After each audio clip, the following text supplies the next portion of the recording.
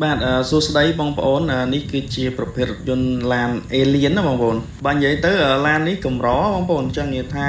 ខ្ញុំមើលនៅក្នុងប្រភព page របស់បងប្រុស Green Car Auto ណាគាត់បាននិយាយថាឡាននេះប្រហែលជាពិភពលោកមានតែមួយគ្រឿងហ្នឹងទេដែល design បែបហ្នឹងណាបាទដោយសារតែវីដេអូនេះខ្ញុំយកចេញពីប្រភព page Green Car Auto ដែលគាត់បានយកមករៀបចំឡើងវិញ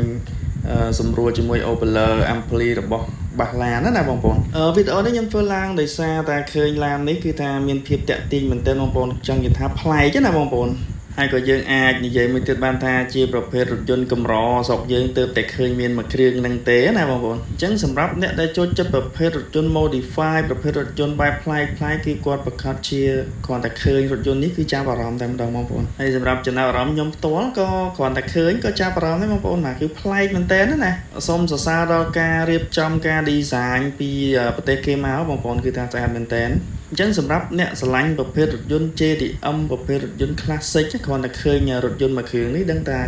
ជក់មាត់តែម្ដងបងប្អូននិយាយទៅអ្នកចូលចិត្តបែបប្រភេទរថយន្ត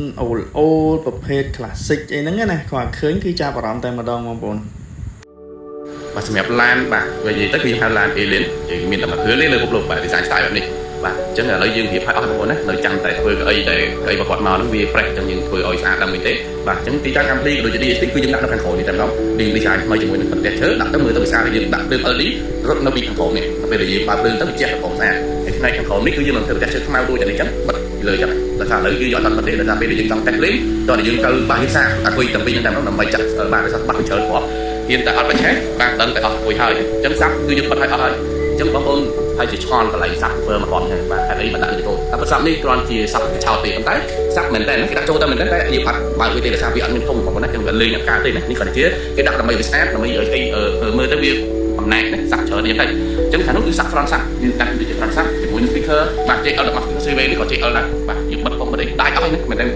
តែចាស់រថយន្តគាត់អត់ចង់ដូរតែគាត់អត់ចង់ចំណាយច្រើនខ្លាំងគេណាហើយ two way ខាងក្រោយនេះឯកុយខាងនោះលេងលឺមួយជាងតែនៅតែចាក់លឺបានហ្នឹងណាតែយើងនិយាយជាមួយនឹង DSP កាត់សលេងមកវាចុកនេះមែនហើយសាប់ក្រោយបាទពីគាត់នេះគឺមេហើយណាពីគាត់10ពីបាទកុំស៊ីមកនេះយើងបិទឲ្យស្អាតមែនតើបាទហើយកម្លាំងបាសបុកវាគឺបាសបុកអត់មានហឹងទេសម្រាប់ប្រភេទសាប់ JL នេះណាអញ្ចឹងបន្ទាប់ពីបាទកៅអីនេះយើងធ្វើហើយនេះប្រភេទកៅអីដែលនៅខាងឆ្វេងយើងនឹងធ្វើវីដេអូបន្ទាប់ពីប្រព័ន្ធសម្លេងវាដល់បាទឥឡូវយើងបានអូលីថ្មីឲ្យមកនេះគឺបាទចាស់ឥឡូវយើងអូលីថ្មីបាទថ្មីអស់បងប្អូនមើលវិញអញ្ចឹងកន្លែងនេះពេលដែលយើងបើកភ្លើងទៅចេញពីអេក្រង់ Android ទៅចេញចាក់ពីខាងមុខនេះចេញទៅខាងនេះបាទអញ្ចឹងស្អាតមែនទេអញ្ចឹងបន្ទាប់ពីរួចរាល់អស់ខ្ញុំនឹងធ្វើវីដេអូទាក់ព័ន្ធជាមួយនឹងប្រព័ន្ធនេះណាហ្នឹងយើងចាក់ឲ្យស្ដាប់មើលតែម្ដង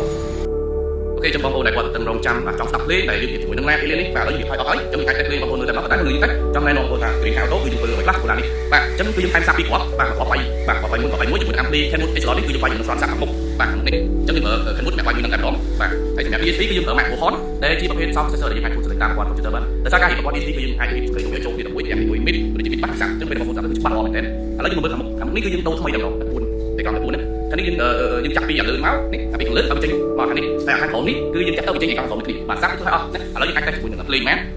អូខេឥឡូវយើងបើកចាក់មក